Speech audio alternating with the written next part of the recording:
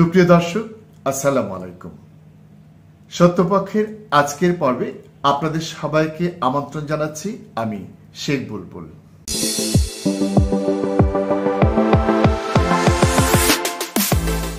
প্রিয় দর্শক, আসুন শুরুতেই আমরা একটি ভিডিও দেখে আসি।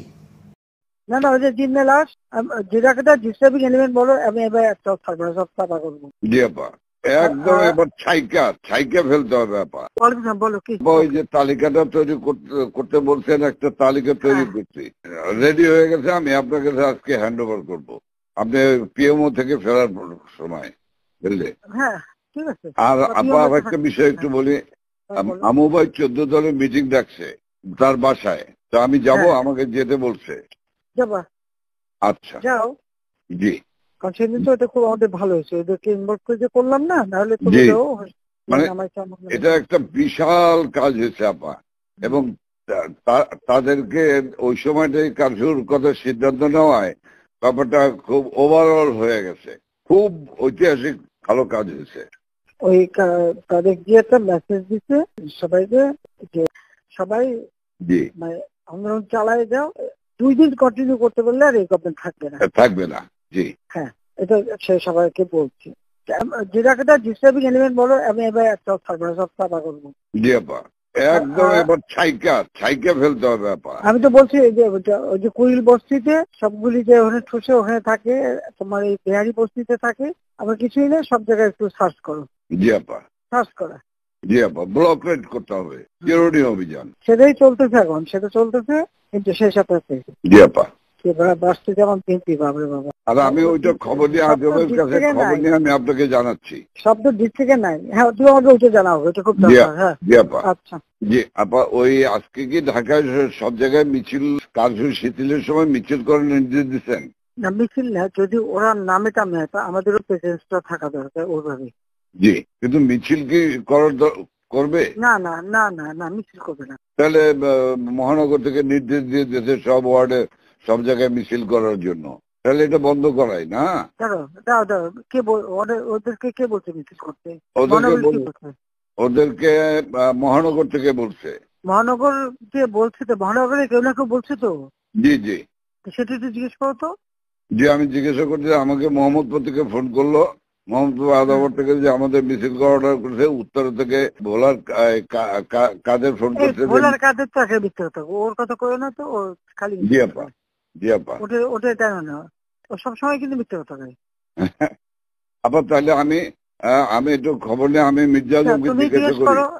হ্যাঁ, মির্জা কে বলছে কি, যদি ইন্টেলিজেন্স বা এদের থেকে বলা হয় করতে পারে যে আমাদের প্রেজেন্সটা থাকলে তখন ওরা নামতে সাহস পাবে না, সাপোর্ট হবে। জি, এটা হতে পারে, বাট তাহলে তোমাকে একটু জিজ্ঞেস করে নিতে হবে। আমি ওদেরকে হেল্প করার জন্য হতে পারে, কিন্তু মির্জা আজমকে জিজ্ঞেস করো যে মির্জা আজমকে কে বলছে, ওরা জিজ্ঞেস করে আমার জানাও। আমি জানছি। এখন তো তোমার আমি একটা কথা বলি, তোমার এই যে বিহারি, তুমি আমাকে যেটা বলবো সত্যি কথা বলবো। তোমার ওই মোহাম্মদপুরের যে বিহারি পড়ছিল, ওদের ভূমিকাটা কি? ওদের ভূমিকা ভালো আপা, শুধু এখানে সেন্টু কমিশনার আছে একটা, এই যে কালপিট জাতীয় পার্টির, হ্যাঁ ও একটা কালপিট, ওর সঙ্গে কয়েকটা ছেলে আছে জাতীয় পার্টির সঙ্গে, ও তো ওই এলাকার কাউন্সিলর, ওর কাছ থেকে বেনিফিট নেয়। এই ছেলে, এই গুটি কয়েক ছেলে, ধরেন 15-20টা ছেলে, তারা সব আমাদের আজকে তাহলে ওরা পিক আপ করতে হবে। সেটা হলো সমস্ত রুট, মানে রুট অফ অল ইভিল, ওটাকে ধরাবো, ওটাকে ধরবে। আর এছাড়া আমার মোহাম্মদপুরের সব ঠিক আছে, শুধু পল্লবীটা ডিস্টার্ব। আজকে ওরা সব ক্যাম্পে নিয়ে পল্লবী সব নিয়ে মিটিং করতেছে।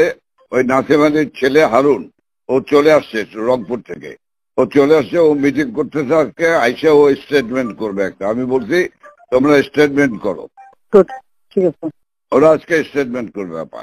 কিন্তু সেন্টুরে ধরলে তো আবার জাতীয় পার্টি চাপবে। চুপ করো, জাতীয় পার্টির ক্ষেত্রে আমাদের কি আসে যায়? আচ্ছা, আমার জাতীয় পার্টিতে আর কত দরকার নেই পার্টির। না ওই যে জিন্না লাশ, আমি বলেছি। প্রিয় দর্শক, আপনারা দেখলেন সাবেক প্রধানমন্ত্রী শেখ হাসিনা জাতীয় পার্টি সম্পর্কে কি ধরনের কথা বলছেন। তার এই কথাটি ব্যক্তিগতভাবে আমার খুব ভালো লেগেছে, যে জাতীয় পার্টি হচ্ছে একটি জিন্দা লাশ। তার এই যে পর্যবেক্ষণ এবং মূল্যায়ন সেটি সত্যি খুব প্রশংসনীয়। জাতীয় পার্টি যে আসলে একটি জিন্দা লাশ সেটি তিনি যথার্থই বলেছেন এবং জাতীয় পার্টির সেই কার্যক্রমের মধ্য দিয়ে আমরাও সেটি প্রত্যক্ষ করেছি। জাতীয় পার্টি মূলত ছিল একটি পরাধীন রাজনৈতিক দল, যার একটি দিক নিয়ন্ত্রণ করত ভারত এবং অপর একটি দিক নিয়ন্ত্রণ করত আওয়ামী লীগ। এই দুই নিয়ন্ত্রণের মধ্য পড়ে তাদের স্বকীয়তা বা নিজস্বতা বলে কিছুই ছিল না। যদিও মাঝে মধ্যে তারা স্বাধীনভাবে কিছু করার চেষ্টা করত, কিন্তু যখনই সেটি তার নিয়ন্ত্রকদের মনোপুত না হতো তখনই তাদের সুতোয় টান পড়তো এবং সুতোয় টান পড়লে তারা তাদের পূর্বের অবস্থান থেকে 180 ডিগ্রি ঘুরে গিয়ে মানুষের মধ্যে হাস্যরসের সৃষ্টি করত। এই জন্যই লোকজন বলে জাতীয় পার্টি সকালে যা বলে বিকালে তা থেকে ঘুরে যায়। কেন ঘুরে যায় সেই রহস্যটি কিন্তু শেখ হাসিনার এই কথার মধ্যে লুকিয়ে আছে। কারণ সে তো কোনো জীবন্ত দল ছিল না, সে ছিল একটি মৃত দল এবং এ কারণে জাতীয় পার্টিকে শেখ হাসিনা জিন্দা লাশ বলেছে। জিন্দা লাশকে যারা রক্ষণাবেক্ষণ করে তারা ঠিক যেভাবে তাকে রাখে সেভাবেই থাকতে হয়, কিংবা তারা যেভাবে তাকে চালায় লাশকে সেভাবেই চলতে হয়। প্রিয় দর্শক, আপনারা হয়তো ইতিমধ্যে শুনেছেন বিভিন্ন মহল থেকে এমনটি বলা হচ্ছে এই জাতীয় পার্টির উপর ভর করে আওয়ামী লীগ আবার এদেশের রাজনীতিতে সক্রিয় হওয়ার চেষ্টা করছে। কিছু কিছু লক্ষণ দেখে কিন্তু আমাদের তেমনটি মনে হচ্ছে। তাহলে কি এই জিন্দা লাশকে আবার শেখ হাসিনা জ্যান্ত করতে চাচ্ছেন? তিনি কি আসলে জ্যান্ত করতে পারবেন? জাতীয় পার্টির মধ্যে যে ধরনের অভ্যন্তরীণ কোন্দল রয়েছে, যে ধরনের গৃহবিবাদ রয়েছে, নেতৃত্ব নিয়ে যে ধরনের টানাপোড়েন রয়েছে, তার মধ্য দিয়ে কি শেখ হাসিনা চাইলেই এই জিন্দা লাশকে এদেশে আবার জীবন্ত করতে পারবেন? জাতীয় পার্টিকে কিন্তু এদেশের সাধারণ মানুষ কোনোদিনই খুব স্বাভাবিকভাবে গ্রহণ করতে পারবে না। তাদের একটি প্রভাব ছিল এই কারণে যে কেউ তাকে সমর্থন করুক বা না করুক, জাতীয় পার্টিকে কেউ ভোট দিক বা না দিক, তারা কিন্তু অনায়াসেই এদেশের বেশ কিছু সংসদ সদস্যের পদ আয়ত্তে নিয়ে যেতে পারতেন, এমনকি তারা মন্ত্রিত্ব লাভ করতে পারতেন। এই যে তাদের একটি ঐশ্বরিক ক্ষমতা কিংবা দানবীয় ক্ষমতা, সেই ক্ষমতার কারণে হয়তো কিছু কিছু মানুষ তাদেরকে সমীহ করত, কিন্তু এই দলকে কেউ পছন্দ করত না। কারণ তারা জানে আওয়ামী লীগ এদেশে দীর্ঘ সময় যে দুঃশাসন চালিয়েছে তার অন্যতম সহায়ক শক্তি ছিল এই জাতীয় পার্টি, এবং এই জাতীয় পার্টি জাতির সাথে যে বিশ্বাসঘাতকতা করেছে সেই বিশ্বাসঘাতকতার ফলেই এদেশের হাজার হাজার মায়ের বুক খালি হয়েছে, এদেশের লক্ষ লক্ষ কোটি টাকা বিদেশে পাচার হয়েছে এবং বছরের পর বছর ধরে নিম্ন মধ্যবিত্ত মানুষের উপর রাষ্ট্রীয় নিপীড়ন চালানো হয়েছে। সেই নিপীড়ন ছিল যেমন অর্থনৈতিকভাবে তেমনি সামাজিক এবং রাজনৈতিকভাবেও। প্রিয় দর্শক, তারপর হয়তো জাতীয় পার্টি আশা করছে এদেশের ভবিষ্যৎ রাজনীতিতে তারা একটি গুরুত্বপূর্ণ ভূমিকা পালন করবে এবং সম্ভবত তার জন্য আওয়ামী লীগ প্রশাসনিকভাবে এবং সামাজিকভাবে যা করার দরকার তাই করবে।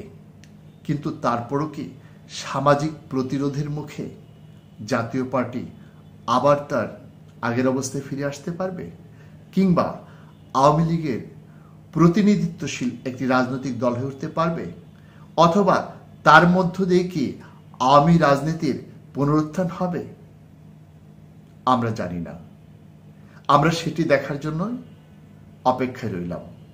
ভবিষ্যতে বলে দেবে জাতীয় পার্টির ভাগ্যে কি ধরনের পরিণতি ঘটতে যাচ্ছে। সুপ্রিয় দর্শক, আজকের মতো আমরা এখানেই শেষ করছি। আপনাদের সাথে আবারও দেখা হবে। সে পর্যন্ত আপনারা সবাই ভালো থাকুন, সুস্থ থাকুন। আল্লাহ হাফেজ।